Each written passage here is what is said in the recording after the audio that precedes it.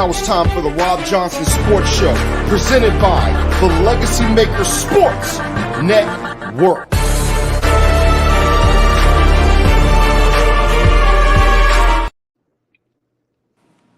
Yo. What is up? Welcome, ladies and gentlemen, to the Rob Johnson Sports Show. Again, you know me. My name is Rob Johnson. Please like, share, and help us grow. Tonight features Mr. Larry Patterson from Game Time 365 Sports. Once again, Larry, let the world know how you feeling, sir. Let the world know how you feeling. What's up, Rob? Another episode. What's up, Sammy Sosa? What's up, Sammy Sosa? If y'all know what I'm talking about, you know who I'm talking to. You Sammy Sosa looking bitch. Anyway, go ahead. How you doing, brother? What's up, everybody? What's up to all the sports lovers, haters, addicts, and fanatics? Happy Easter. Happy Easter. And don't talk ill on people on Easter. I feel what you hype for. Hey, yo, the Easter Bunny visit you today? If that's what you want to say. Hey, I seen the Easter Bunny, but I took the bat to him. You know what I'm saying? Oh man, I can't wait for that. The pinata. Ladies and gentlemen, we are here. We are live once again. Episode 45 of the Rob Johnson Sports Show. We're going to get to our top 10, but first, before we get there, let's talk about. Wait a minute. I'm getting a signal. She's ghetto. She's hood. She's ratchet. She's. It's a bird. It's a plane. It's Angel Reese. Larry, we know Iowa plays LSU. We know we're going to get into our top 10 in a second, but we know LSU plays Iowa tomorrow. You know that you got half of the country wants LSU to win. The other half wants Iowa to win, you know. You talk about that?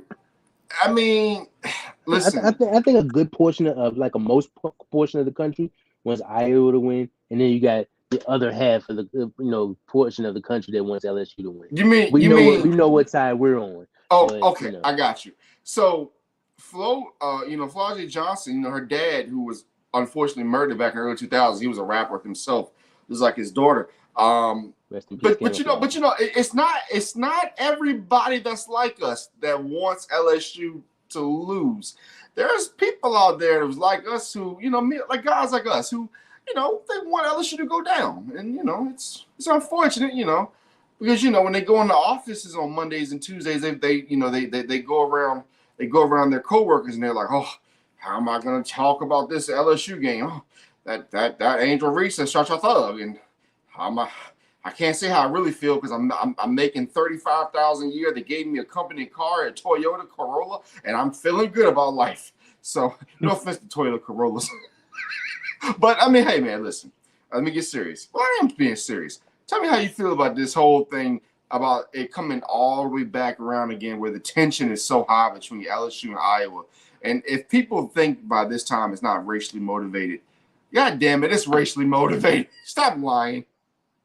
And it's a damn shame that Angel Reese had to go on a press conference and say that, they don't hate each other, which, I mean, why can't it just be about a competitive nature between two teams?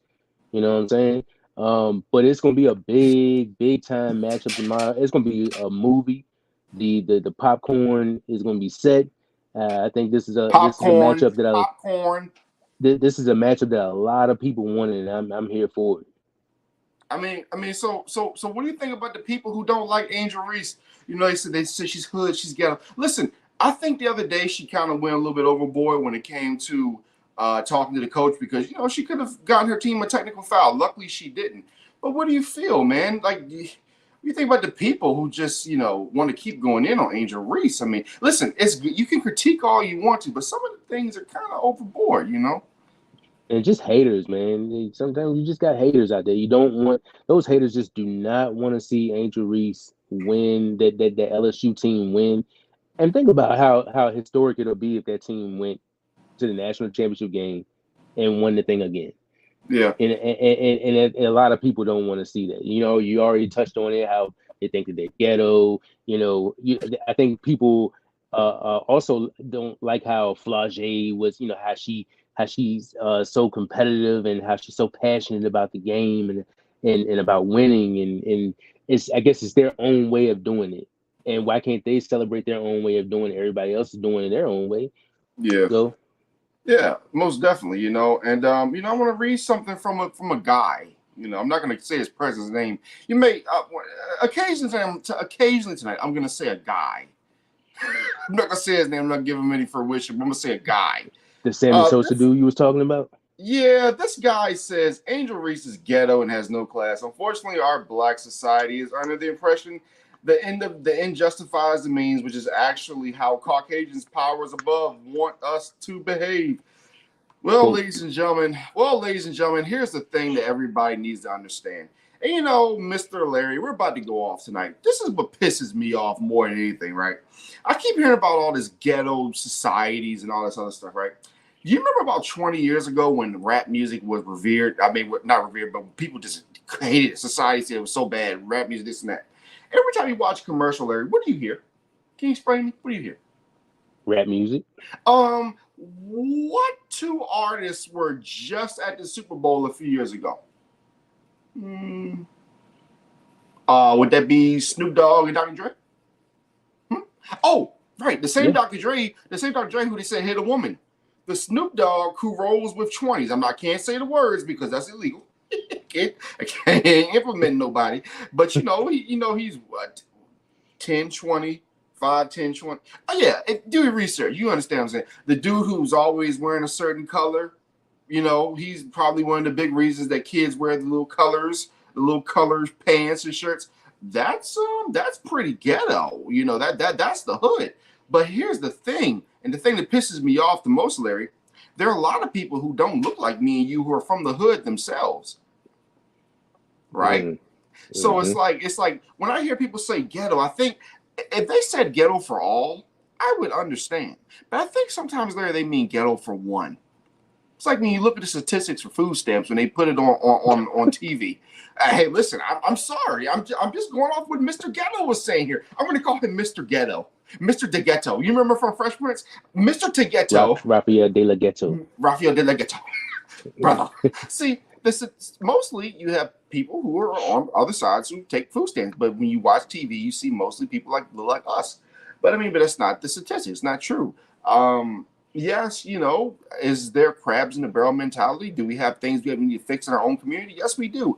But at the same time, I keep seeing the culture of Black people being exploited, but then it's called ghetto when it doesn't benefit certain folks, even in their own community. That's so messed up. It's crazy. And another thing, the Boondocks don't get credit for predictions, but the Simpsons always do. Racism. Yeah, racism in our own race. I mean, it happens all the time, and that's what I'm saying. But listen, there's a difference between, and I know we're getting a little deep here. It's a difference between calling it out. Stick to sports. Yeah, stick to sports. It's a difference between calling it out when it needs to be called out, and just calling it out when you're when you're feeling a little froggy. So, Mr. Ghetto Raphael, I'm not going to say his name. I'm really not going to give the guy the time of day, but I mean, it's just statements like that. And listen, you can criticize Angel Reese. I have no problem with that. But it's like, man, you look at Caitlin Clark. I like Caitlin Clark. I really do. I think she's going to be a really good player in WNBA. But you mean to tell me women's basketball wasn't popping before Caitlin Clark? You mean to tell me that the media really didn't make her their media darling? Because, I mean, look at Breanna Stewart. Breanna Stewart's white. Yep. I mean, she's white. I mean, you mean to tell me you couldn't market around her? What's so special about Caitlin Clark? Is it because Stephen A. Smith talks about it every 5 minutes? I mean, you mean to tell me women's basketball didn't exist for the last, 40, 50, 60, how many years? Come on, man. Now it's getting a real big buzz. All of a sudden. But Breanna Stewart won, 4 championships? Four championships. Yeah. Last I checked, Cheryl Sweet took Texas Tech to the national championship and won it. Just keeping it real. Anyway, what are your predictions for that game? I have LSU winning because they're bigger, more physical, and I think that I really think that they've shown a lot of vulnerabilities. Iowa has, but I think LSU is battle tested in the SEC. The SEC is tough. They had to go past South Carolina a few times, so yeah, man, it's gonna be difficult. Uh, But yeah, let me give predictions for stat lines. I know you probably don't like that, but no, no. Do what's you the think? stat Do you think? Do you think? Do you stat think? stat line for Caitlin Clark? What do you got? I give her about 30, 10, and 5. Flau'jae Johnson. 36, 5 and 2. 36. Yeah, she's gonna go off tomorrow night. She's been having a wonderful tournament so far. Oh, So she's gonna go off tomorrow night. what about Reese? Mm, I think she'll have close to a triple double. She'll probably have maybe 18 points, 10 rebounds, 5 assists at the least. Okay. At the least. Yep. So let's go to our first. Let's go to our one of our real topics of the night, the NFL draft. We're gonna start with yours, and I'm gonna do mine. But mine is I'm just gonna show the teams, and I'm gonna give the names. Tell me who you're gonna do. Tell me tell me about. Tell me your picks. Well, I got your picks 2 by 2. So the first 2 picks are the Bears and the Commanders. Let's see who Larry picked. Ooh, Caleb Williams and Jaden Daniels. That's 1 and 2. Let's go to 3 and 4. Drake May and Marvin Harrison Jr. That's interesting. Number 6 and 7, J.J. McCarthy and Joe Alt. J.J. McCarthy, huh, buddy? Okay. Yeah, I believe you put the wrong one up. Oh, which But, one? Oh, my bad. You know, I missed Malik. My bad. I missed Malik. I'm sorry. My bad. I missed Malik. I forgive me on that. Remember, I had JJ. I had switched it up, so I had sent you a whole another one. Remember, I had JJ going 8th with the foul. I can go ahead and explain it pretty much. Okay, So, you sent me. You did. You did send me another one. Damn it. You did send me another one. Son of a bitch. So I think I can remember it, but you know overall, what? You know I got what? Caleb Williams. I got you. Okay, so let me read off. My bad. I'm sorry about that. What the hell was I thinking? So number 1, you had Caleb Williams to the Bears. Then you had Jaden Daniels to the Commanders. Drake May to the Patriots. Malik Neighbors to the Cardinals. Marvin Harrison to the Chargers. Then you have Brock Bowers to the Giants. Joe Alt to the Notre Dame Fighting Irish. You had J.J. McCarthy to the Vikings in the trade, and then you had Rome Odunze to the Bears, and then you had Olu Fashanu, offensive tackle to Penn State, that going to the Jets, which would be an absolute steal. So yeah, I feel like of course, I mean, you never know what's going to happen with this with these draft picks. But I feel like with Drake May, really, you got Drake May going 3rd. Somebody's got to take Are him. you fucking kidding me? Are you Somebody's fucking gotta kidding take me? Man, look, man. But then you What do got you think he's going Malik. But then second? you got Malik Neighbors going. Listen, the Chargers. I don't think they're picking a wide receiver. I think the Chargers want to see what they can get. I think they're going to try to get from under their quarterback sooner rather than later. I've been telling you that, and I've been consistent with that. I think Jim Harbaugh. You know what? Let me throw a monkey wrench in here, right? What if Jim Harbaugh did the unthinkable? And you know what I'm talking about.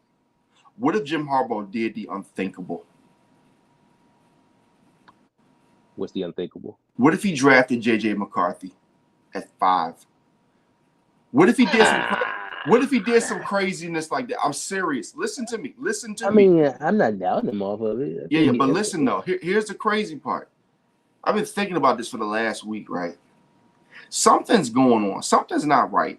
You got teams like the Cowboys, the Commanders. You got teams like the Patriots saying, "Oh, we're just going to sit on this quarterback." Or we got other teams saying, "We're going to sit on this quarterback." What do they know that we don't know? Are the Chargers really happy with Justin Herbert? Do we know that would somebody take on a Justin Herbert contract? If you're the Commanders with all that cap space, if you're the Patriots with all that cap space, would you take on and would you send a haul to Los Angeles for Justin Herbert? You damn right they would. But that's what I'm saying. Something's going on, man. Something's not right. I'm telling you. If you really analyze the market, something's not right. Like it just don't feel right. It feel like I'm not saying it's gonna happen draft night, but I'm just saying if with not 2024, but going to 2025, something stupid's about to happen. Like there's about to be some moving parts that we're gonna lose our minds. I mean, I think Definitely. the same thing in Denver, because once Denver gets from under that cap space, it's gonna get really stupid. Something is about to happen, yo. Like you can feel it. You can feel something crazy is about to happen within the next year. Oh yeah, you can feel something crazy going to happen within the next month. I mean, we there's still draft, there's still trades that can still happen. There's still players that need to be moved, guys that need to be out of the cap space. Teams that need to be in right position for this. So the thing with Denver is, since you spoke on it, they have so many different directions that they can go. They can trade back, they can go a quarterback, they can go defensive player. They can go offensive line. They have so many needs, and so is a lot of other teams. So, and they also have players that they can trade as well. So to get more draft picks, they currently got 8. They can accumulate more, which I would hope they do. But man, it's a whole lot of crazy stuff, like you said, that can happen. So the Roma Dunze, I don't think he lasts that long. Like, I'll be honest with you, man. I have one quarterback going in the top 10. What? I got one. Listen. Brother. I'm talking about need right now. This is all about need, right? Listen, if you're Washington, I'm going to give my picks in a second. If you're Washington, right? Terry McLaurin, he's been a great player, great citizen, everything, the ambassador. He's 28 years old. His body's taking hit after hit after hit. He's so close to being next Andre Johnson, it ain't even funny. You got to build that offensive line. I don't think teams like Washington, the Giants, and the Patriots are playing for 2024. I think they're playing for 2024, 25. Meaning not only the draft, because there's a hell of a lot of good quarterbacks coming out next year, but free agency. You got to remember something. There's a good possibility that Justin Herbert, if he sucks this year, because if you look at it, the last time Jim Harbaugh, when he left the 49ers, Colin Kaepernick had just came out of the Super Bowl. Justin Herbert was nowhere near a Super Bowl. And Kaepernick had a bad couple years, and they let him go. If Herbert has 2 bad, not decent years, and he gets hurt again, they're going to think about moving on from him. You're going to have Dak Prescott, who's possibly going to be in free agency.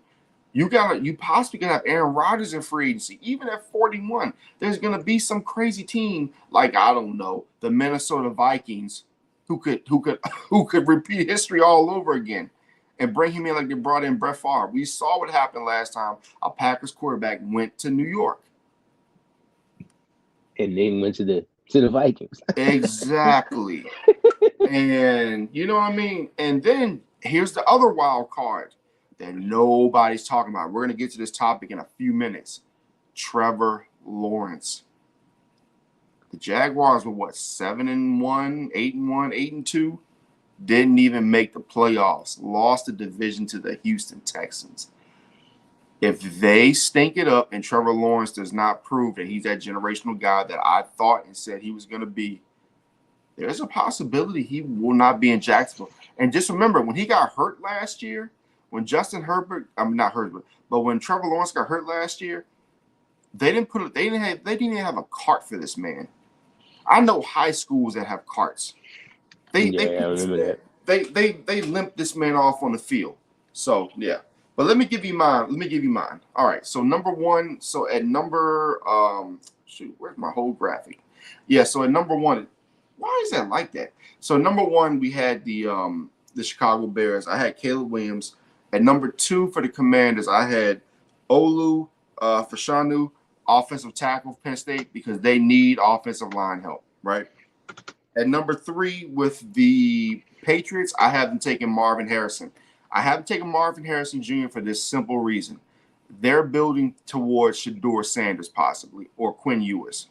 They're building to next year. They don't need to take no damn quarterbacks now because they're going to mess them up like Mac Jones. All right? They do not take no quarterbacks this early if you're the Patriots. Number 4 for the Arizona Cardinals, Malik Neighbors. The Cardinals are a dangerous team coming into this year, Larry. I really like Malik Neighbors going to the Arizona Cardinals. At number 5 with the Giants. At number 5, the Chargers. They need to build an offensive line. I got Joe Alt, offensive lineman from Notre Dame. At number 6 with the Giants, I have Roma Dunze going there. The Giants have a decent receiving core. Now, go pick you a quarterback in the 2nd, 3rd, 4th round. If you can pop, I've heard rumors of Michael Penix going to the Giants. So in my opinion, that would be a great opportunity for them to have a guy for deep ball. You were just talking about their deep threat the other day from Tennessee. Can you imagine what could happen if he had Michael Penix there in a Giants uniform? At number 7, good spot for him. Oh yeah, most definitely. At number 7, I have a surprise for you, Quinyon Mitchell, cornerback from Toledo. He's a really good cornerback. I think he could do some good things in Tennessee. At number 8, Talise Fuga, offensive tackle from Oregon State. He's really good. I think he'll be good, and he needs to protect Kirk Cousins. At number 9, I'm surprised you missed this name, Larry. Dallas Turner, defensive end. He's got Michael Parsons' ability and speed with a better motor from the defensive end spot. And then at number 10 for the Jets, I got them taking Brock Bowers. I don't have another quarterback because when you really look at the board coming off, you got the Vikings, the Raiders, etc. That's when you start taking the quarterbacks because I think those other teams that I showed you, they have other needs that they need to take care of. Like the Giants don't need to take no quarterbacks right now. Every time the Giants take a quarterback in top 10, they screw up. The Giants are a team where they need to build their they've already built the defense, build your offensive weapons, and then get a quarterback later.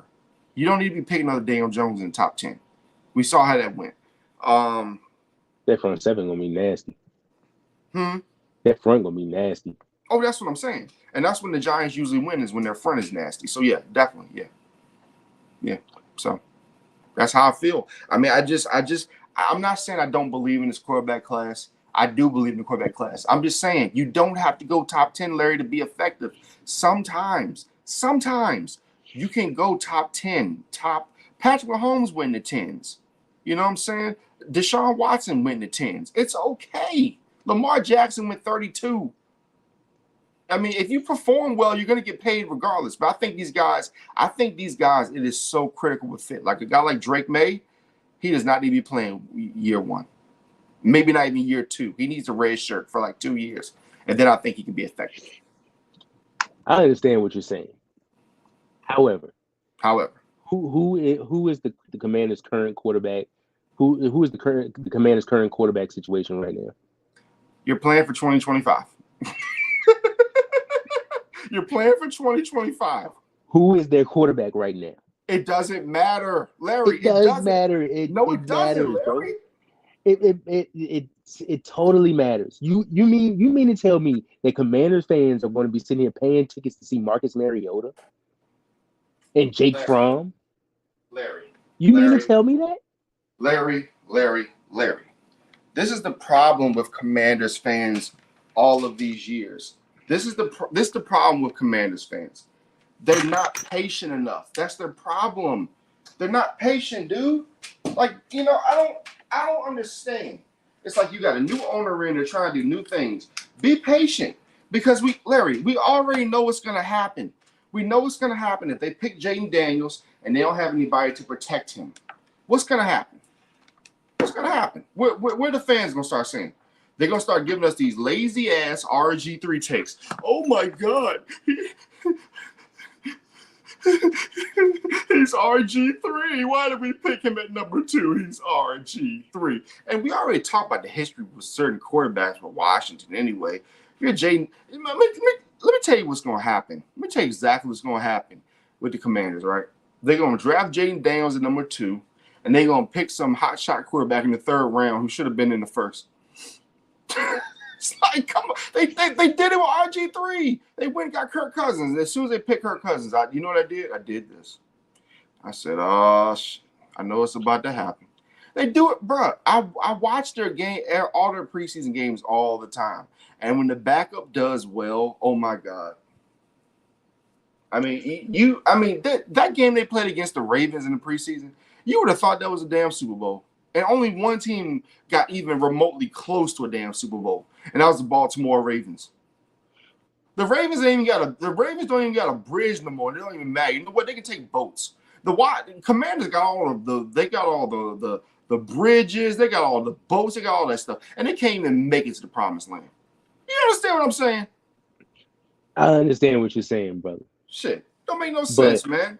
but these I think if Commanders do not come out with a quarterback, then you are going to see riots in those streets. You're going Bro, to see riots at what are you FedEx gonna Field. riot for? I mean, you had an average quarterback last year who still threw for like 4,000 yards, and he was average. And you He was traded him away. average Because because they're stupid. So you mean to tell me that Dan Quinn, to start off his tenure in Washington, and Cliff Kingsbury as his offensive coordinator, you mean to tell me? Are you talking about the same Dan Quinn who basically quit in his last game as a defensive coordinator? You talking about the same Dan Quinn who changed up his defense for some odd reason in his last game? Let me tell you something, man. I like Dan Quinn. I like this coaching staff. The problem is with Dan Quinn and his offensive coordinator, they don't usually last that long. They last maybe about 3 years. They have a good year here or there. This is gonna all be about smart, man. You cannot listen. The Commanders cannot be emotional when it comes to this pick because they are one screw up away from screwing up their franchise for the next 10 years. I understand it, but if Cliff Kingsbury don't get that, if Cliff Kingsbury go out there with Marcus Mariota in week 1, you know where he's gonna be at week 17? Out the door. New owners. They never should have got rid of Eric Bieniemy in the first place. They gave this man regular oil and expected him to fix a BMW. I mean, come on, man. They were in games last year. I wouldn't have gave him up as offense. I would have gave him another year as offensive coordinator. But I mean, new coach, new coaches after that. So same thing with New England. Gerard Mayo going into his first year. You think Robert Kraft's going to look at him and say, "Oh, well, we're going in with who was their quarterback?" No. They did talk about Jacoby Brissett. But listen, that's smart though. Have Jacoby Brissett. Well, yeah, he is there. But Larry, that's the thing. All of a sudden last year when Jacoby Brissett came in the game, Washington looked half decent. And then all of a sudden he had an injury. He had a mysterious injury. He couldn't play anymore. I mean, Washington looked good when he played, but all of a sudden he had an injury. He couldn't play anymore. You know what I mean? So if I'm Washington, like I said, the reason if I'm Washington that I go offensive lineman, Olu is a dominant offensive lineman. You have to build that lineup. You can't use emotion. You can't listen to the fans. Imagine if Jerry Jones had listened to the stupid Cowboy fans when they wanted to pick Johnny Manziel over Zach Martin. Come on, man. See, this is the fucking problem. This is the fucking problem. All you fans out there with your little emotions. I'm so I'm gonna start calling you people out there. I'm gonna start calling y'all Carl Thomases. I'm so emotional. That's your problem. You're too effing emotional. Instead of making the right pick, you want to get on Facebook and read these fake blogs. You want to look at these little fake Instagram blogs. Listen, guys. Listen to guys like me and Larry. We're the experts. We know what the hell we're talking about. I'm not saying y'all know what you're talking about, but when it comes to sports knowledge, y'all can't touch us. You see this guy, Larry? Champions of the world. You can't. Hey, I'm just keeping it real with you. I'm telling you guys. Listen, it's about building your foundation. Now, let me ask all you people out here. Let me ask you a question. Would you build a house? Would you build a house and put $1 million worth of stuff in there if you had no foundation? Would you, Larry? I don't think you would, right? No, I wouldn't. Or would you build a house where you know there's mudslides and not get it insured? No, I wouldn't. Exactly. Or how about the people who build homes on the beach when they know hurricanes come through? They don't get it insured, and that's their only home in the Carolinas. I mean, on the coast. What do you think's going to happen to you eventually? It's going to be washed away. You can get washed away. And that's what's happening to a bunch of you people. You're getting washed away. You're getting washed away by what they're telling you on ESPN. Dan Orlovsky, Mr. Run Out the End Zone himself. He knows so much. But, you know, hey, he's a former NFL player, so what the hell do I know? But, I mean, again, if you're Washington, you cannot use this as emotion. I like a guy like Jaden Daniels. Here's the problem. Yes, he had 50 touchdowns and 4 interceptions? He had 2 all-world wide receivers. Who did Caleb Williams have this year? Remember, his number one went to the NFL. So all he really had was Rice and a bunch of dudes. He still had 30 and 5. Let me ask you this, Larry. What happens if Caleb Williams has Brian Thomas and Malik Neighbors? How many touchdowns does he throw for this year? Oh, they're probably over 50. 50, probably 55, 60. Yeah. What happens if Jane, and people have to remember, we cannot discount history, because I did the same thing with Joe Burrow. He was at Ohio State, didn't do well, went to LSU, did great. We can't discount Jaden Daniels at Arizona State. He wasn't that good. He didn't have the weapons, but he had the weapons at LSU. And I know people keep talking about LSU and their SEC. They had to score a lot of points because they were historically bad on defense last year. And yes, he played some really bad teams, but I worry about him in Washington. I really do, because of the history of certain quarterbacks being there and because of his frame. Like, he takes hits. Jaden Daniels tries to be a hero at times. Caleb Williams is Houdini. He can get away from that stuff, like Patrick Mahomes. I just worry. I worry about him.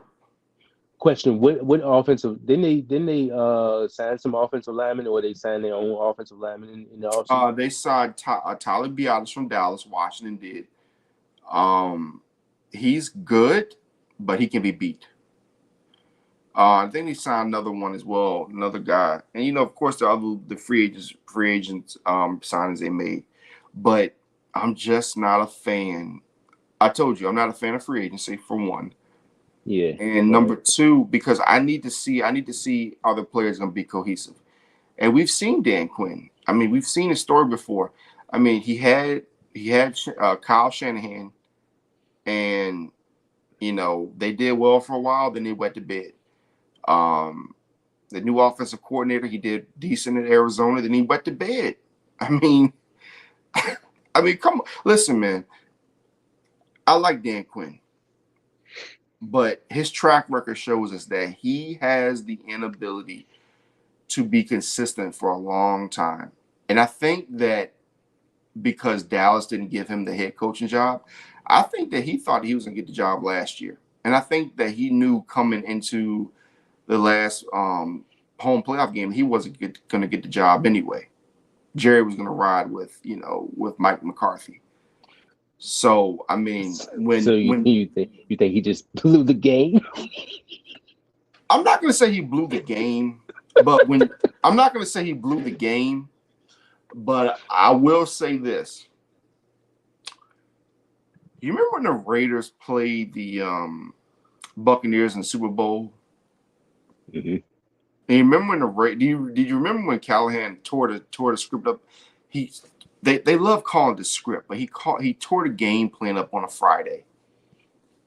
Remember they tore the game plan up on a Friday, and Jerry Rice was just confused. Mm-hmm. So you mean to tell me the Cowboys played what? They played man-to-man all year. Then all of a sudden they played zone. I mean, I think there's bad blood. I think there's bad blood there, and it's deeper than we know. And for you to go to Washington, especially a team that, think about this. They beat Washington so bad twice. They beat them bad twice. And you could look across the field and say, oh man, I want to go coach that mess. Is it that, or do you want to get back at somebody? I need some pass rushers first. I'm just saying, bro.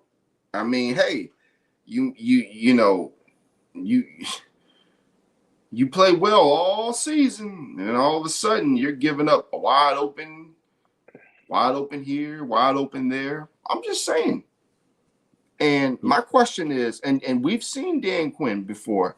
When he gets frustrated, he gets frustrated. And the game plan. I mean, hey, you're up what 28-3, and you don't run the football in the second half. I mean, hey, I get it's the greatest of all time, but not many people are giving up a 25-point lead in the Super Bowl when you got Freeman and you got Julio Jones and Matt Ryan and a whole bevy of weapons. I think Tony Gonzalez was in the Super Bowl too, wasn't he? What I Tony Gonzalez? believe he was. He might have been in that Super Yeah. Bowl. Tony Gonzalez might have been in that Super Bowl. And like I said, they were dominating. And remember, what's his forte? What's his bread and butter? Defense. What happened in the second half? The defense did what? Crumbled. But yet and still, he keeps getting head coaching jobs. Yet and still, he's got a Super Bowl. Eric Bieniemy's got 2. But hey, it's all good. But getting back to some of the other teams besides Washington, let me go back to some of your picks. Like I said, I apologize about that because I downloaded the old one. Why? Ooh, let me touch on something real quick. The Roma Doomsday pick. Yeah. Keenan Allen's going into the last year of his deal. Yeah. So I feel like I don't know if he's going to last that long. But I feel like if he's available at 9, you're gonna have to get you another pass catcher in there somewhere. So no Dallas Turner. You don't listen, man. If Dallas Turner lasts till number 9, if Dallas Turner lasts till 9, I mean, there's no way he's not getting out the top 10. It's got to be either Atlanta. Because see, to me, Atlanta. If Atlanta trades with Minnesota like you have projected, they better be getting a lot. Because Atlanta, if Dallas Turner could be the last missing piece to that Atlanta defense, that Atlanta defense is talented, very talented. Yeah. You do have a point because after Chicago makes that 9th pick, they only got 2 picks after that. They only got 4 total picks in the draft. So I mean, they could trade. They could be smart, trade back and get more picks, and select their pass rusher later on down the line. I mean, you can find value later on down the line. What if Tennessee is not sold on their current quarterback? I mean, what if Tennessee? I don't think Tennessee would do it, but what if they're just not sold? What if they're just not sold, or what if they're?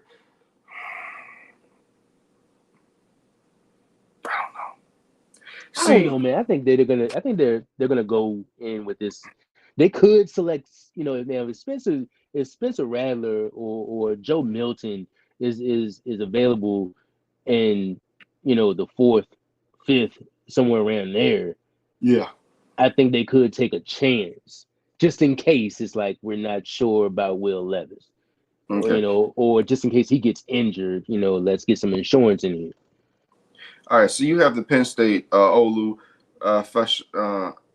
Fashanu going to the Jets at 10. Why is that a good pick for you? And could that be the missing piece to protecting Aaron Rodgers? Tyron Smith, would he sign him a 1-year deal? Yeah. He's had some injury concerns. Yeah. Over the years, and let me tell you something. He has a tendency to get beat. I know because I watch him close. He has a tendency, especially against a speed rusher. And they got some decent speed rushers. But this is another thing I was going to tell you. Let's go back to the Patriots. You're talking about Drake May, right? You're the Patriots. The reason I had the pick I had with Marvin Harrison, him or either Malik Neighbors, build that wide receiver room. Get some talent in there because you're playing against the Buffalo, you're playing against the Jets, and you're playing Miami. How many division games are you realistically gonna win? One? One if you get the Dolphins in deep December, because we know their asses don't play good in the cold. I mean, Yeah, Josh Allen is gonna give you at least 5 chances a game sometimes. So I yeah. mean, You could sneak one out against the Jets. yeah, depending if Aaron Rodgers' But then Achilles again, can they heal. don't have that Bill Belichick mastermind there anymore. But they got Gerard Mayo, who's been in that system. So, hey. I mean, uh, well, speaking of the Jets, let's go to our next topic. This is a cool topic, I think. Which team has the most pressure going on in 2024, the Jets or the Jaguars? I'm going to say, of course, the Jets.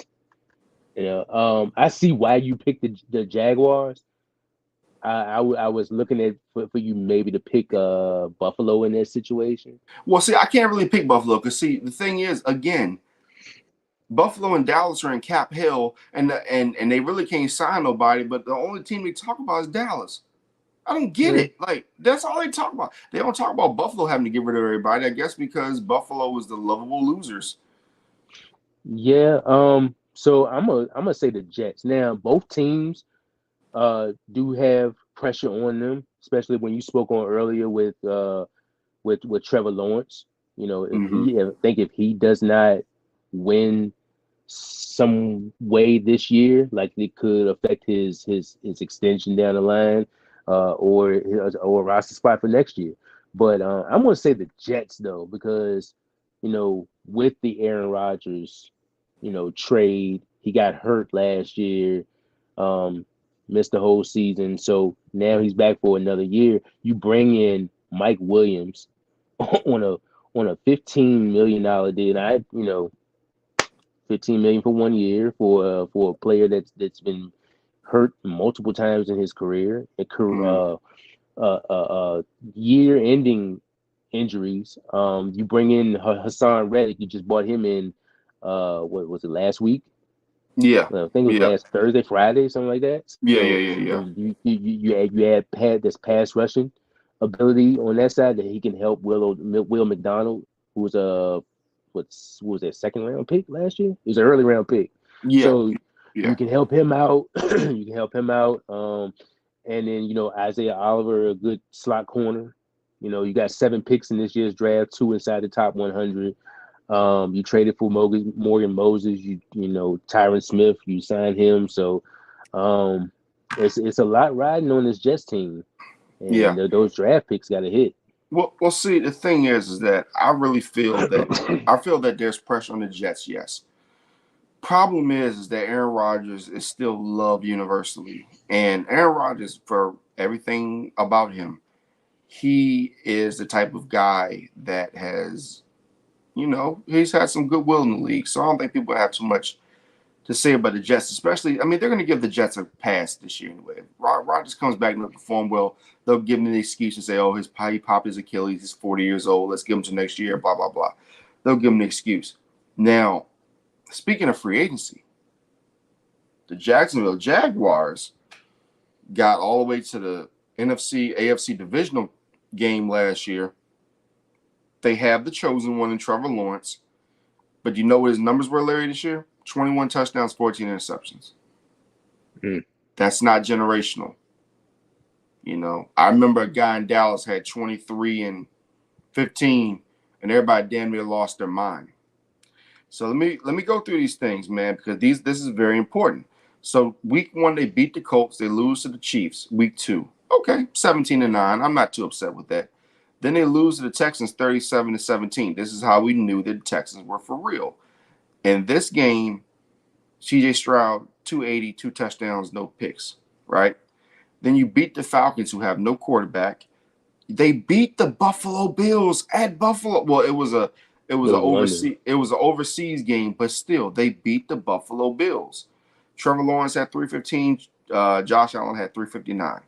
Okay, you go to the Colts, you beat them. You beat the Saints in a still very weird game. Remember that Saints game? How weird that game was. That was a Like, Thursday nighter. yeah, it just didn't make any sense. At that point. So, and then they go into Pittsburgh and they beat the Steelers, who I had Mitch Trubisky. They have Russ now, so they have a real quarterback. So let's go through their schedule. So let's go through this from September until October 29th. 1, 2, 3, 4, 5, 6. 6-2, Larry. 6-2. These dudes was balling. Mm-hmm. It was all good just a week ago, and then guess what happened? Guess what happened, Then Larry? what happened? Hold on. Keep laughing. You gonna like this.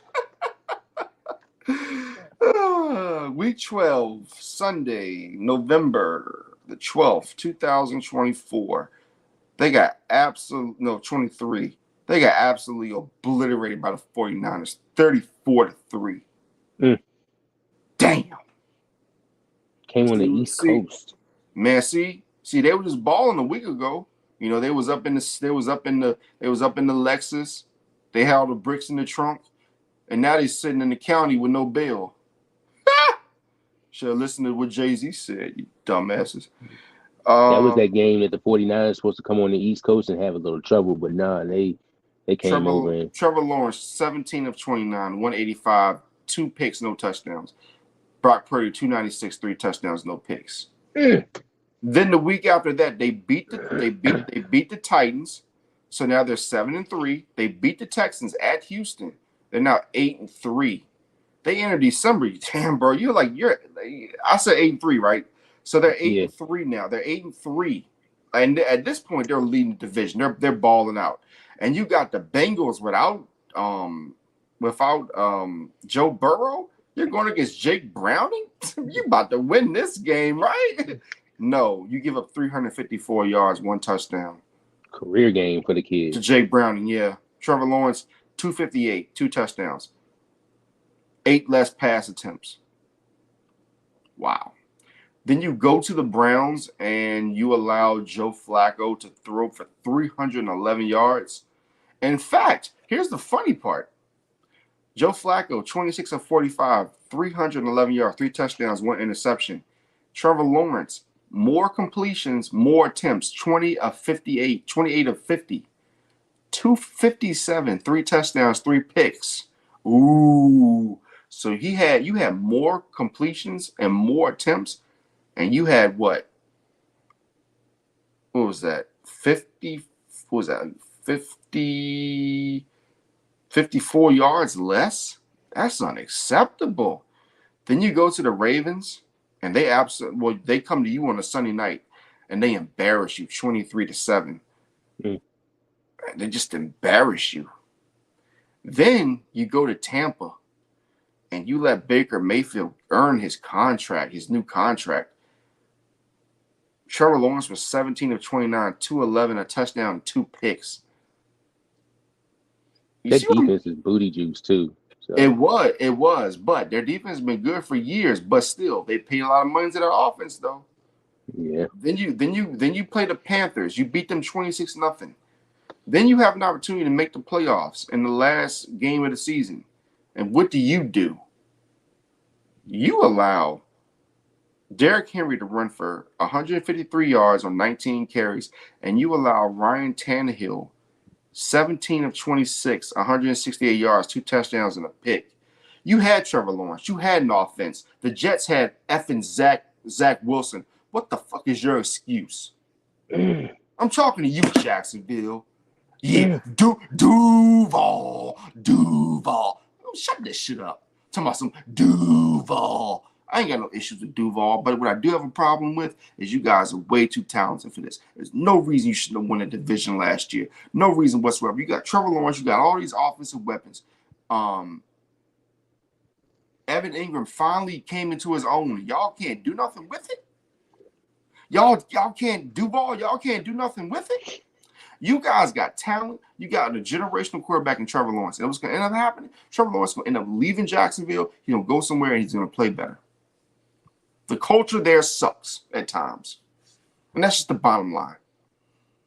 Talk to him, Larry. Am I off? No, you're not. Oh, and they also had Calvin Ridley last year, too, who early part of the year. I think and then guess what he did? They supported him They brought him back. He was like, "Oh, we want to treat you good." Guess what he did? He gone. He went to Tennessee. He went to Tennessee. What does that tell you? And you know something? He went to the division rival in which the other division rival guy who just left there always had success against Jacksonville, Derrick Henry. So and you look at this year's transaction they did in the offseason, you extended Josh Allen. Is that for a second straight year? So are you going to pay this guy or not? I don't know, but I'll tell you this: Doug Peterson is a really good coach. He's a really good coach, and he did some wonders last year. But you have to wonder: is he one of those bridge coaches where he'll look good for a couple of years, and then you'll start wondering, man, can we really win with him long term? Mm-hmm. You know what I'm saying? It's like, yeah, he's a great coach. Don't get me wrong, but you extend Ezra Cleveland. Okay, then here's the kicker right here. You're gonna enjoy this. So Doug Peterson, right? Yeah, Doug Peterson. Yeah. He was a quarterback in the league when he was in the league. So for the Eagles, for the Philadelphia Eagles, yep. But yeah, so also he could be also a quarterback's coach somewhere, in that building. He's not actually quarterback's coach. He's actually the coach, but he can coach up the quarterback. Yeah. Who did they trade for this year? I'm not saying Mac Jones is going to be in any kind of I'm not saying Trevor Lawrence is going to be looking over his shoulder, but no, they did that for a reason. And you know something? And you know what? And I think what bothers me most about that decision. And this is why I keep telling people do not devalue the quarterback, because if you look at it, Larry, the NFL is trying to devalue the quarterback position.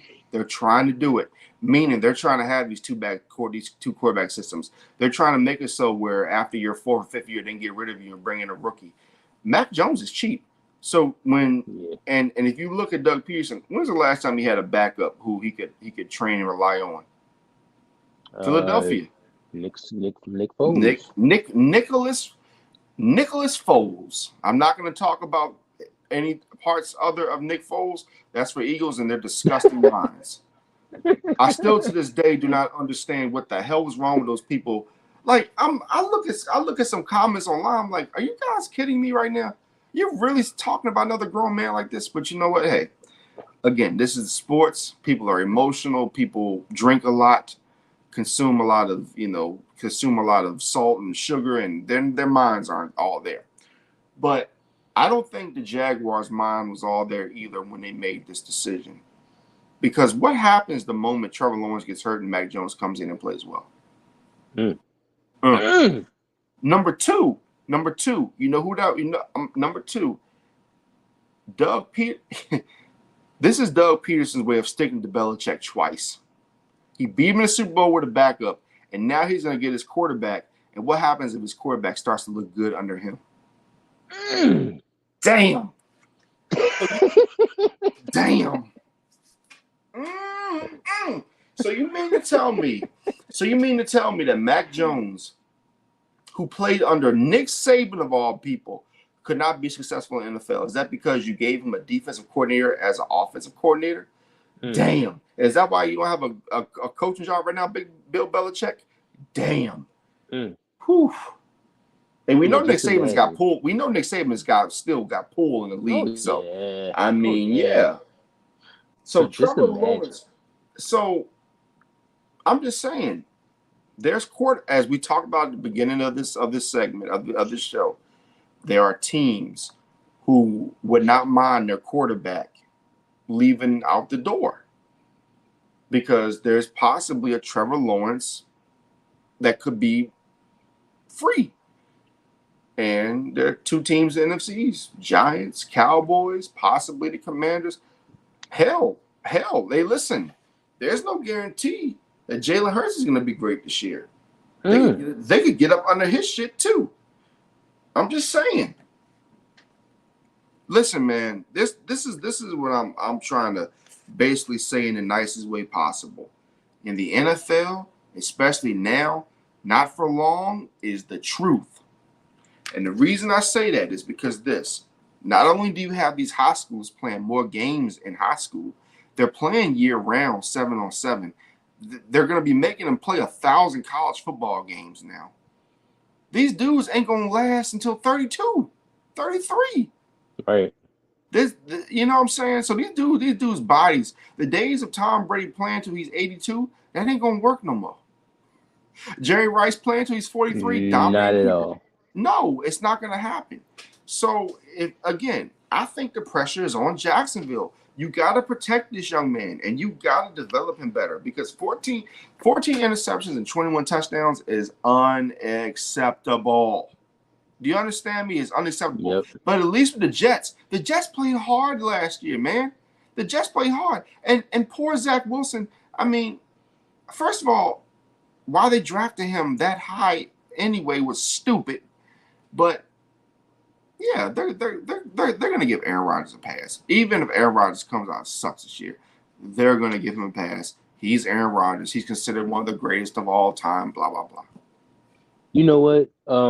That Zach Wilson kid in New York. There's a coach out there in Denver who I wouldn't mind taking a late 7th round trade for him. They don't seem to be letting him go anytime soon. Larry. Yeah. I'm just saying. Larry. Who was his offensive coordinator? God damn it, Larry. Let me say what I got to say. You are fucking genius. You are a genius. I'm gonna tell you why. A couple years back, if you remember, he went to BYU, right? I said that he needs to stay out west. He needs to be in a small. Denver's not small by any means, but he needs to be in a quiet area where he can focus on football. When Zach Wilson went to New York or New Jersey, whatever the hell you want to call it, I called this. He had no business going to New York. A guy playing out, it's way too big for him. He needs to be in a and like again, Denver's not a small market, but out in Denver, a Minnesota, something like that, something where he won't get distracted. You know what I mean? So I think a 7th round pick for Zach Wilson to go to Denver and for him to learn under Sean Payton, oh, that would be a real bit. That would be a great project. But at the same time, I'm going to say it's about the Jets. I picked the Jaguars. Let me say it's about the Jets. It wouldn't shock me if a quarterback failed to the Jets that they wouldn't draft him. You know why? Because Aaron Rodgers ain't going to be there forever. I mean, he quits. I mean, he quits every 6 months anyway. I mean, bro, what's the timeline there? What, 2 years? Bro, you know something that's crazy to me? What if Aaron Rodgers came out in June and said he's retiring? Oh my God.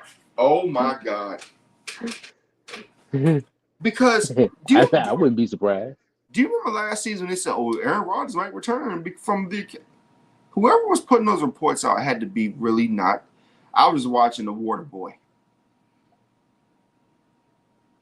Whoever was putting the reports out was on the Water Boy's level, because, bro, you're not coming back from the Achilles that quickly. And this the same guy who got suspended for conspiracy theories like Kyrie Irving, but except he didn't get the same flack as Kyrie Irving. But that's not a story. That's not a story for another day. It burned my eyes. It burned my eyes seeing him out there because the Jets were on TV. Because but it just burned my eyes just seeing him out there. That the camera's on him. I wonder, is he coming back? Is he a week away from coming back? Like, come on, bro. Yeah. Let's be real here. Yeah. But I know you don't like me bringing his name up, but I'm just gonna have to do it. I mean, Aaron Rodgers went to 1 Super Bowl. Russell Wilson went to 2. Two. So I mean, one guy said that he is way better than Russell Wilson ever was. Well, every time I saw Russell Wilson play Aaron Rodgers, he beat him in an NFC Championship game, this game, that game. I mean. Aaron Rodgers couldn't get it done against Tom Brady when he had him at home. He can't ever beat the 49ers. He don't even try to do that. I mean, listen, all the 49ers got to do is get to the Super Bowl against the Jets and they'll win. Guaranteed. The 49ers will get that Super Bowl if they just get Aaron Rodgers in the Super Bowl. I guess. I don't know. But again, yeah, well, like I said, you got the Jets, I got the Jaguars. Now all we need is the draft to hurt and be over, and then we need to schedule. We need to schedule so we can see who the hell who's gonna be playing who. Couple other questions regarding the Jaguars. How do you feel about the Gabriel Davis edition, and how do you feel about the Eric Armstead edition? Gabriel Davis and Eric Armstead. Again, I think it's all about system. How are these guys you're going from San Francisco where you are disciplined, where you know your role and you know that you have to do certain things in a structure or you won't play. Jacksonville is like, go play. It's just like when you go to a high school and it's just like there's no structure in the football program. It's like, do whatever, go play. And then you get to another school district that has like a stadium and they have like real assistant coaches who are paid, and you have to do certain things like you're in college. That's the difference. So it's two different systems. I think he'll be decent. Do I think he'll be as good as he was in San Francisco? No. Because first of all, it ain't the same thing. I mean, you're going from San Francisco, the Bay Area, San Fran, that big old Golden Gate Bridge, to Jacksonville. Mm. I mean, no offense to Jacksonville. I mean, it's Jacksonville. It's northern Florida. It ain't South Florida. It's northern Florida. And you can get into some trouble up there too. Yeah, I heard it was rough.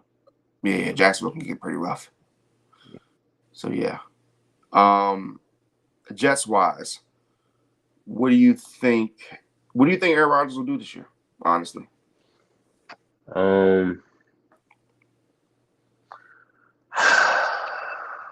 It's hard. I know. It's hard. Yeah. 9 games. We'll win 9 games.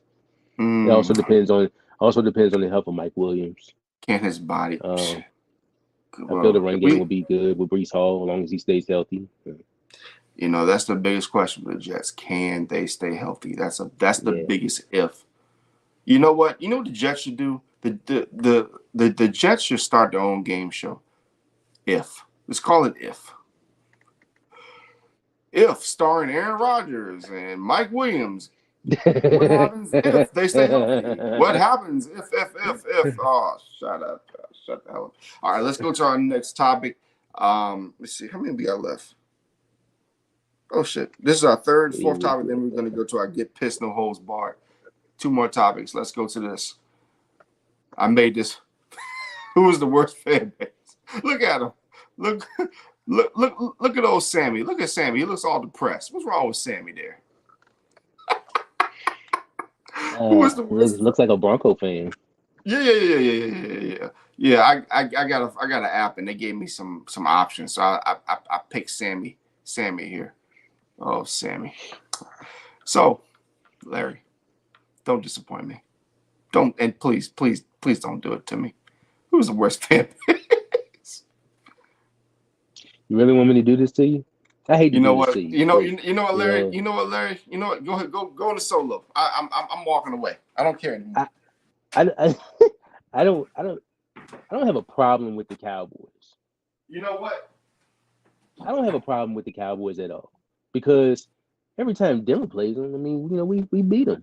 So, but this ain't about them. This is about, you have fans like you. But what happened in the Super Bowl? What happened in the Super Bowl though? Yeah, we wasn't even thinking about football then, man. I was around. I'm like 50 years old. I'm Benjamin Button. I'm Benjamin Button. Oh, okay. But I'm a clone. I'm a clone like Gucci Mane. The fans like you and a couple other fans, you get it because you understand that it's levels to this, and y'all haven't been at this level in quite some time. But then there's the other Cowboy fans. The other guys. You know which ones I'm talking about. You Oh know which yeah, ones I'm talking about. I know. We going this our year. We going to the Super Bowl and all that. Man, shut it up, please, please. They are one of the, I would say, one of the worst fan bases. Especially when it comes to winning. Like when y'all get those wins, like in the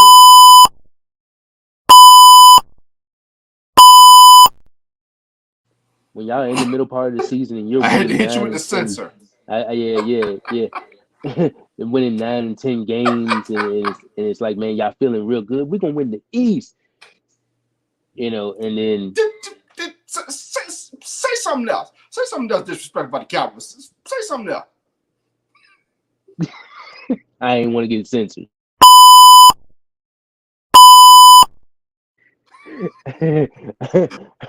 But you not only just the Cowboys though. You gotta put the Eagles in there too. And you can Oh censor me God, too. yes. You can censor me too because I just put I said the slight F. But you can put the Eagles in there too, man. Like those fans, just for you winning one Super Bowl. And before you hit the F-bomb, give me the one. Give me the one. Give me the one, like Roman Reigns. Hey, I seen the Rock the other night. He said the F word and it was epic. So give me the one and give me the two. The fucking Cowboys and the Oh fucking God. Eagles.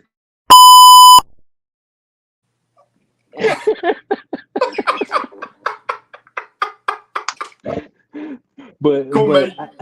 You gotta give me 5-second warning for the two. but but I'm gonna leave the Cowboy fans alone. But the Eagles, I'm gonna tell you, man, pipe down, bro. Win at least another one before we start talking, smack like this. I mean, but they can't help it because they're Eagle fans. I think over the years, I think the Eagle fans have overtaken the Cowboy fans spot as like the most annoying fan base. Wow. Come on, man. You can't say that out loud, man. Eagles fans they'll fly. Fucking fly.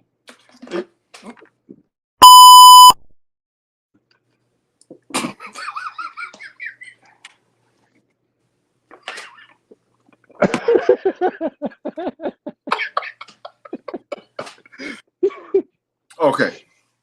So, in the famous words of Skip Bayless, my turn. My turn. It's like a petulant child. My turn. I remember that, man. Oh shit! It sounded like All a right. kid that didn't get his way. Exactly. Okay, so here's the graph again, folks. Who is the worst fan base? Damn. You know what? I would say my Miami Hurricane fan base because man, we have some of the wackiest fans. I'm gonna go Philadelphia Phillies. And I'm gonna tell you why. Every year, I understand why every you say it. year, every year, this team is the NC State of baseball. They don't know what the hell they're doing in the regular season. It's like they're just flying and they're just going through the motions. Then all of a sudden they get to the postseason and it's like, damn, they remembered what their sport they were playing. I mean, but you got a guy like Bryce Harper, and I had to give Bryce Harper his props. But dude, you got paid, and I'm not counting nobody's money, but he got paid well over $300 million. You're supposed to be in the NLCS. Y'all got more talent than the Braves. You're supposed to be in the NLCS. You're supposed to be winning World Series championships. Like what? I mean, yeah, you got to the NFC, the ALCS, and the NLCS. What, you want a cookie? Have you seen your payroll? That's what you should be doing, dude. Like, come on now. I feel like you're not.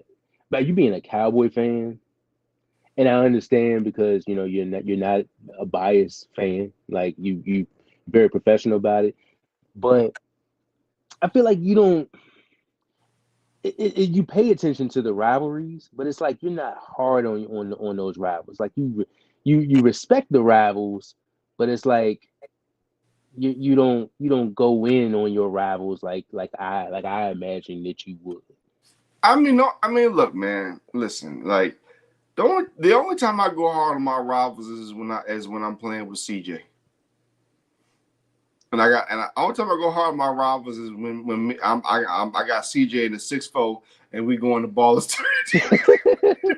And we go into ballers territory. I mean, listen. Those are some of the most intense games and times. Let me tell you something. When you unleash the gang war cheat code, you better be ready to play. You better be ready to play.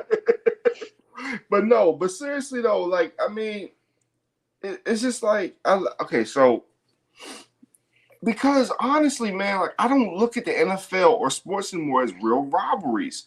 Like back in the day when you had I mean, you talk about this, the AFC Central, when you had Baltimore, when you had the Jaguars, Tennessee, etc.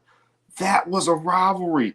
When Ray Lewis and Eddie George went head to head, that was a rivalry. Now, bro, dudes are hugging out the games. They're switching jerseys. They're going to each other's teams.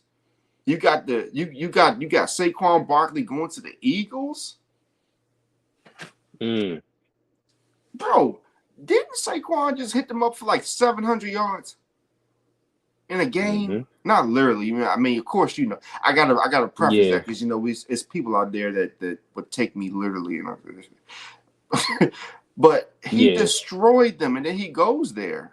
Like you, Can you blame him?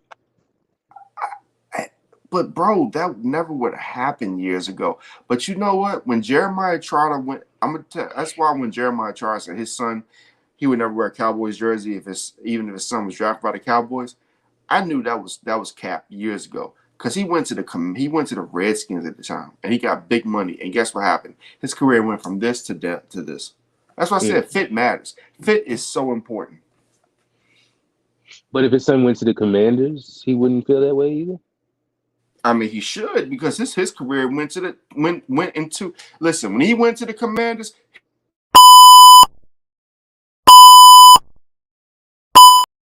tank. His career went into the tank. Yeah, Mm. he should feel that way. I mean, look at all the people that have been to Commanders who their career has been down.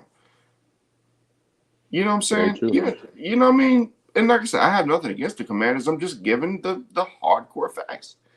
It just is what it is. So I mean, hey, what can you say? Now So, let's so go. is the Phillies your only team? Um, like I said, the Miami Hurricanes fan base is pretty bad in football. I love Miami, but that's my team. Man, we have you ever been on a message board or seen anything Miami Hurricane wise? No. It gets rough, man. It gets bad. That's all I can say. It gets very bad. Um um the Cowboys. The Cowboys fan base is horrible. Horrible at times. There are times I Yeah, want to quit. There are times I want to quit the team. yeah, Denver too. Yeah. Especially on those Twitter posts, and you see all the fans. I mean, I'm a fan just like them. I'm tired of losing just like them. But Mm-hmm. just some of the draft analogies or the free agent analogies, like the couch coaches on there, just some of them are crazy though. Um, I, I I don't know, man. But it's just crazy. It's just crazy. But it looks like the race at Richmond just finished up. Let's see. Damn. I think yeah. I think they just finished up. Let me see. I think they just finished up and they were at Richmond. But it looks like our guy, Bubba Wallace, was number 2. Uh, Oh man, it looks like he was I think so. It looks like Denny Hamlin, and then we had Bubba Wallace. Let me see. But I'm trying to get some updates, but NASCAR is so popular. I can't. It's hard to find it. Man, the nation needs to be out there in full limousines, just waiting on him, presidential style. Yeah. You know what we talked about earlier this week. Yeah, most definitely. So here's my so let me ask you. So I'm are you ready for this graphic right here? Yeah. 2 legends of the game right here, baby.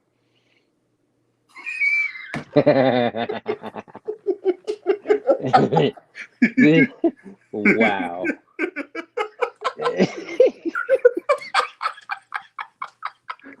Wow.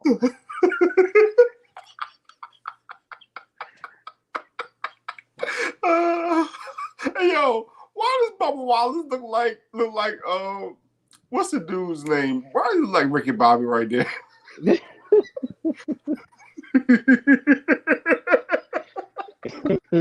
look like Ricky Bobby. It's very happy. He looks very happy. Very happy. Very happy. Very happy.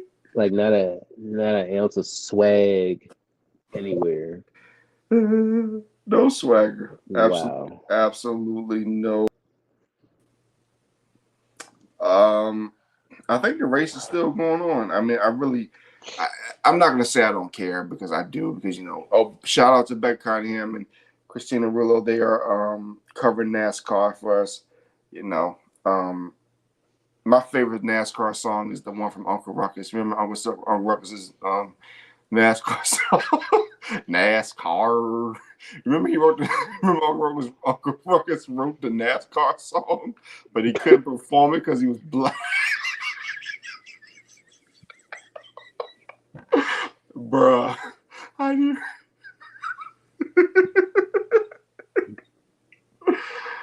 Oh God. Okay, so the question, everybody, tonight is I know this is gonna be controversial. Does NASCAR need a real one? Because the reason I'm asking is because you look at Angel Reese. America loves a good race story. America loves a story about a thugged out or person who's controversial. They could be black, they could be white, but mostly they like the black person who's controversial. Why? I don't know. I don't know why, but give me your thoughts, Larry, about does NASCAR need a real one? So that Stephen A. Smith can talk about him, and talk about the children.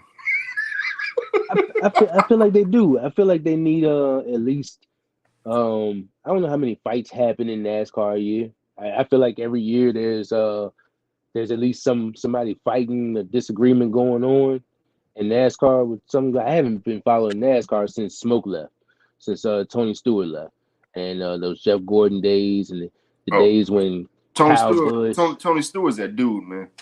Yeah, one of my favorite drivers. So the days when Carl Edwards and Kyle Busch, I believe, were going at it. But yeah, I do believe that if NASCAR had that bad boy in there, as controversial as it would be in these days and times, Mm-hmm.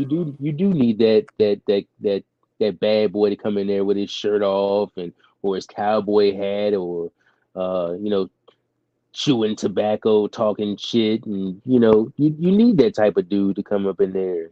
I'm going to win this race, and that's how it's going to be. That Stone Cold Steve Austin type of attitude, and then he goes out and wins. I feel like the NASCAR dude does need that type of figure in there because then that creates buzz and it creates the ratings, and more people will want to go to the races and tune into the races. So yeah, who's that going to be? I don't know.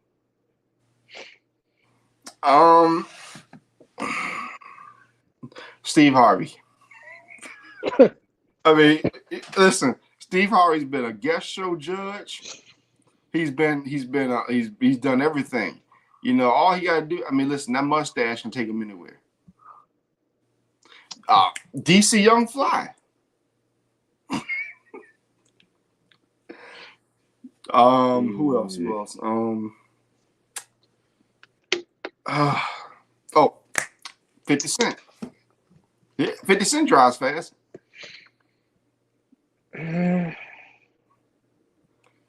Diddy. Diddy. Man, he's about to get canceled. So. Oh God. Oh God. Oh shit. Let me see. Let me see. Let me see. Oh, Adam Pac-Man Jones. I wouldn't be mad at it. JC Williams.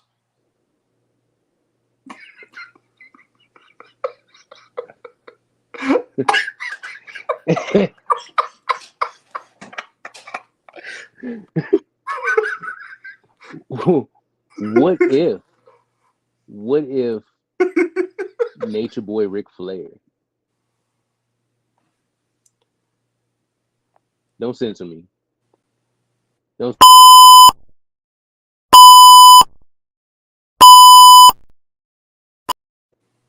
Championship pedigree, man.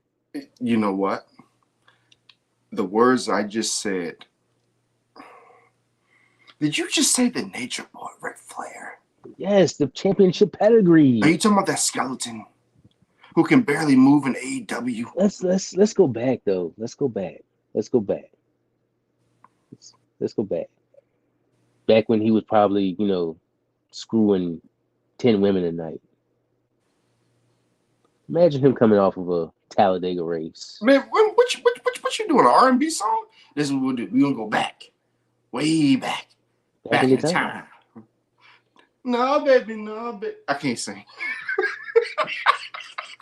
So, I mean, that's the thing. It feels like sports likes that controversial figure that they can gravitate to, who's like really controversial. I mean, we've had an NFL from the T.O.s to the Stephon Diggs to the Johnny Mans. I mean, we've had Baker Mayfields, even though he tried to run from the cops and they chased his ass down within 5 seconds. They wouldn't have done it. Michael Vick had been gone. He was like a Ferrari. I mean, you've had in baseball, arguably when you had Barry Bonds and Manny Ramirez. I mean, everybody was mad at them all the time. Roger Clemens. NHL, you could probably say Yama Yaga. I mean, Yama Yaga was good, but Jeremy Roenick, you remember him from the Philadelphia Flyers. I mean, from the Flyers back in the day. You had Bill Romanowski, who was a villain. I mean, Some people say Denny Hamlin's a villain. I don't really look at anybody in NASCAR as a villain. I mean, and I don't really see Bubba Wallace.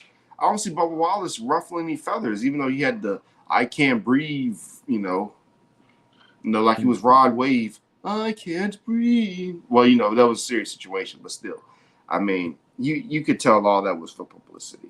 We gotta ask Becca Cunningham who she think is like who she think falls in that category is like the controversial racer in today. Yeah, I mean, for me, when Jeff Gordon was out there, and you had guys like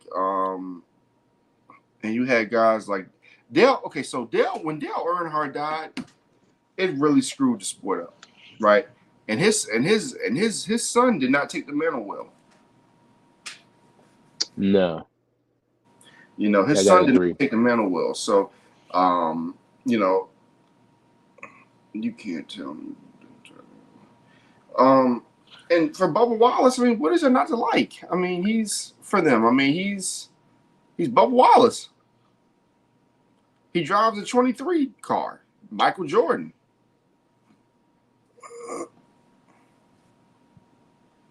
Yeah. I would like to see another figure of this. You know, Yeah. maybe not the and I'm not trying to get canceled here, but maybe not the guy that I said the other day, but maybe and I want to see your face when I say this. Maybe Don King.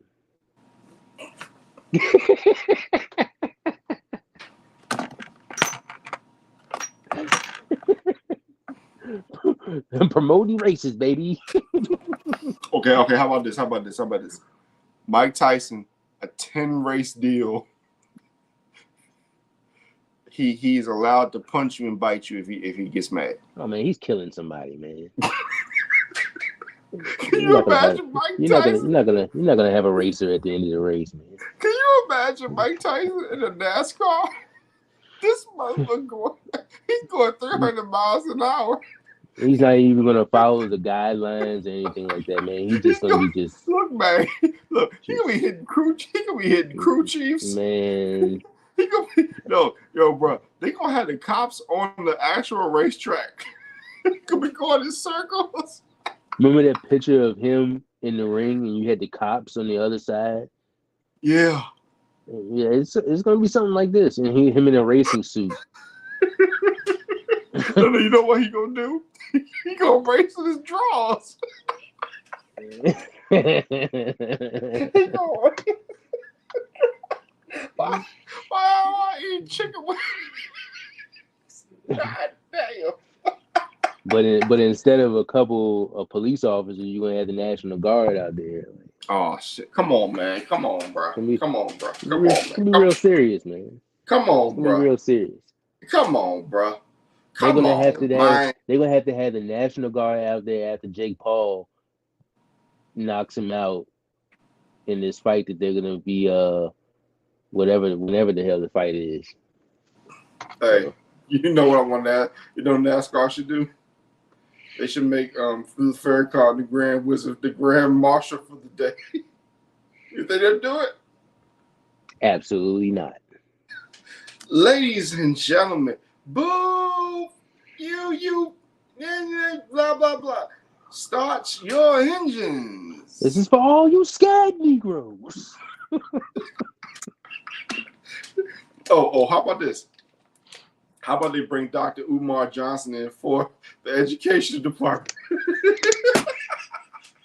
The education department of NASCAR. Come on, bro. Do it. This is bad. This is very, very bad. I got a couple more options. Why not put Charleston White behind the wheel? Shit, you better off censoring. Nah, that ain't gonna work. There's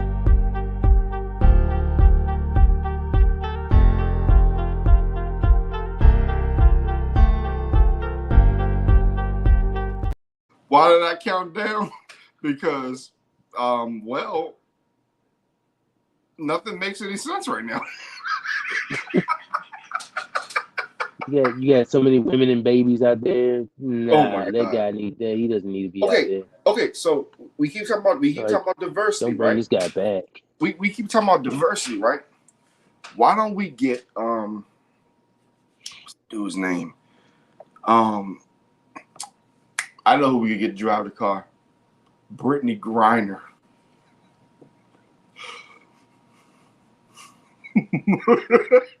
Come on. What about that? They're gonna need to cut a hole in the roof because I don't think she's gonna be able to fit in there. Cut it. She damn well. She what 7 foot? Cut it. This is way too high. You need to cut it. It's Dolph.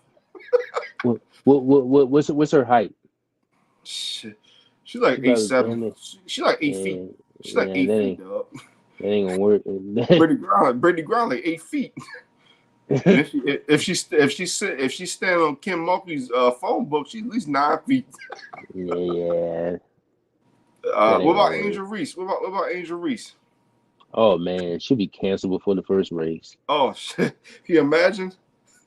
She get out the car and she talking shit to somebody and they're like,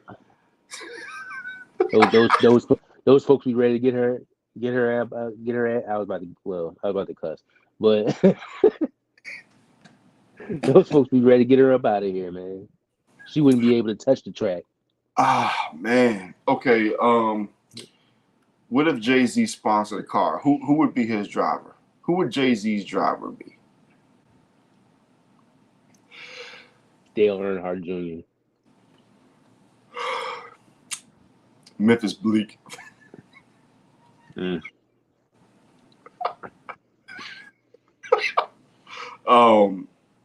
What if Michael Jordan said, "You know what? I want to be really competitive and I want to get in the car." You think Mike would win some races? He is competitive. He I might. mean, yeah. He might be putting a wager on it too. Hey, can you As imagine much as Mike? he like to gamble. Hey, can you imagine Mike before the race? He comes to the tent. He says, "All right, now y'all listen to me right now. I'm Michael Jordan. I got yellow eyes and my fingernails are long, but they sturdy. If y'all go around with me, I'm gonna do y'all like they just doing in the westerns. I'm gonna put all y'all to sleep. So I'm gonna go first, and y'all better listen to me, cause I'm Michael Jordan. I'm great, Michael Jordan." You think he ever bet on games back in there? Say it again. On his games? You Oh, think you he ever damn bet right he on his games? did. You damn right, man. Come on now. It's like Shohei Ohtani telling me that he don't know what his accounts are. Come on, bro. Come on, man. But see, David Stern was such a visionary, and he was so appreciative of what Michael Jordan did. You damn right he probably bet on his games. Come on now. I'm trying to think of one more race car driver before we go to the last segment. Damn. Oh, the martial artist Jay White. He could probably do it. Who? Jay White, the dude who's a martial artist. Oh, Michael J. White. Yeah, Michael J. White. Yeah. He could probably do it. Yeah, You know. he can kick some ass. Yeah, you know. Hey, Shan Sharp can't walk no more, but he can show as hell drive. Hey, look, dog on one hand, hand on the steering wheel. And be talking smack after. Mouth just going. Ah, dang. All right, Larry. It is time, sir, for the last segment of the day. And I ain't got no graphic for it still, but you know what? That's okay. I Because found it. I feel like yeah, I found it. yeah. So this is the last topic of the day, folks. And basically what it is it's uncensored. You know, get pissed off. Say what you want. Say what you feel. Do I need to censor you? Yeah, you probably need You know to. what? You know what? You know what? This is a free segment. Do what you do with the blimp. Let's do WCW uncensored. Let's do that. So Friday on SmackDown, and for those people that follow wrestling, me and Rob, we talked about this. So the card for WrestleMania is next week. Hope you guys are watching. The card looks pretty fair. You know, you got the Tribal Chief Roman Reigns, got the tag team match against Seth Rollins and Cody Rhodes, and then you got the match the next night, depending on the stipulation from the tag team match.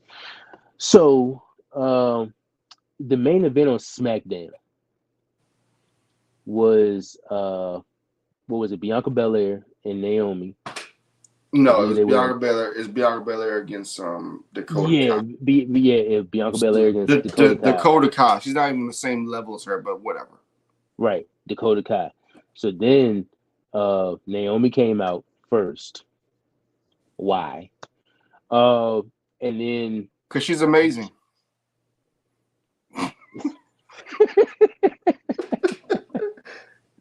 I'm a man. Oh yeah. Then Jade, the long-awaited arrival of Jade Cargill. Now I was disappointed early on in the show because they had this long ass just segment with her on the contract signing, of which it should have been happened. But at the end of the show, I do believe after all the chaos had happened, you had the three women pointing up at the WrestleMania sign. So, are we messing up this WrestleMania card with the Oscar, Kyrie Sane, and what's the chick's name, Dakota Kai, going against Jade Cargill, Naomi, and Bianca Belair? I'm very pissed about this card. About this match, because WrestleMania is a pay-per-view where all the titles should be on the line. Now every title was on the line but the tag team titles. When all you had to do was put Jade, Bianca against the Kabuki Warriors. We all know who was gonna win that. But yet here we go, WWE, you screw it up. And I understand you're not gonna get every match right, but you screw this up. And this is probably gonna be what, a 3-minute to 6-minute match. In and out. Let's get these women in, let's get them out. Why even waste our time with this crap? Yeah. Then Bobby I don't even see Bobby Lashley on the card for WrestleMania. Wow. But if he is going to be on the card, I feel like it's going to be Bobby and those damn Street Profits against Karrion Kross and the AOP, which will be I feel like it'll be a decent match. Hey, give them their credit. They're the authors of pain. They are. They should be somewhere in the tag team title picture, but they're not. But I feel like this is going to be the same situation. It's going to be a 5-minute window to a 7-minute window match. Once again, just wasting the talent of these WWE superstars. Solo Sikoa is going to his second WrestleMania, and he doesn't even have a damn match.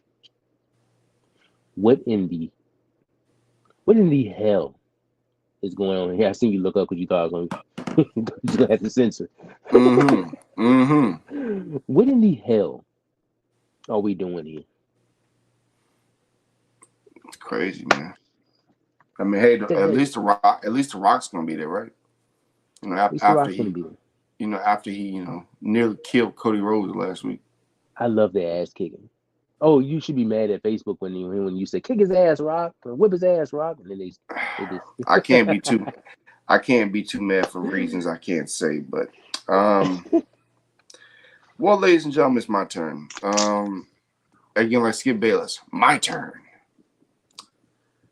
I was gonna make a diss track tonight, but I ran out of time. I was gonna say some very disparaging things, but you know what I'm gonna do, ladies and gentlemen? This is all I'm gonna say to that individual who decided to call me a clown. You hurt my feelings tonight, and what you need to understand is I can't read or write. So you called a disabled person a clown. You know what that makes you? That makes you a bad person, mister. Makes you a bully. That makes you a bully. And you know what? I don't understand. I don't like bullies. I mean, look at me. I'm a small guy. I can't defend myself. I can't read or write. Larry, what's 2 + 2? I don't know. 5. So, Mr. De La Ghetto, I'm not going to say your real name because I can't spell. You hurt my feelings tonight, and you calling me a clown, and then you're telling me to go to LinkedIn.com. What is a LinkedIn? What am I linking to? I don't know. I don't know. Well, listen, this is what I want to do. Okay, this is what I want to do from Mr. De La Ghetto. Okay. This is for you, sir, because you know what? I think we got off on the wrong foot. We never met each other, but this is what I want to say to you, sir. This is what I want to say to you. First of all, motherfucker, I'm published every single week. I'm one of the best out there. I'm one of the best journalists out there. I take some of the best pictures. I'm the man. And this is what you can do, sucker. You can suck it 2-3 times. Peace, sucker.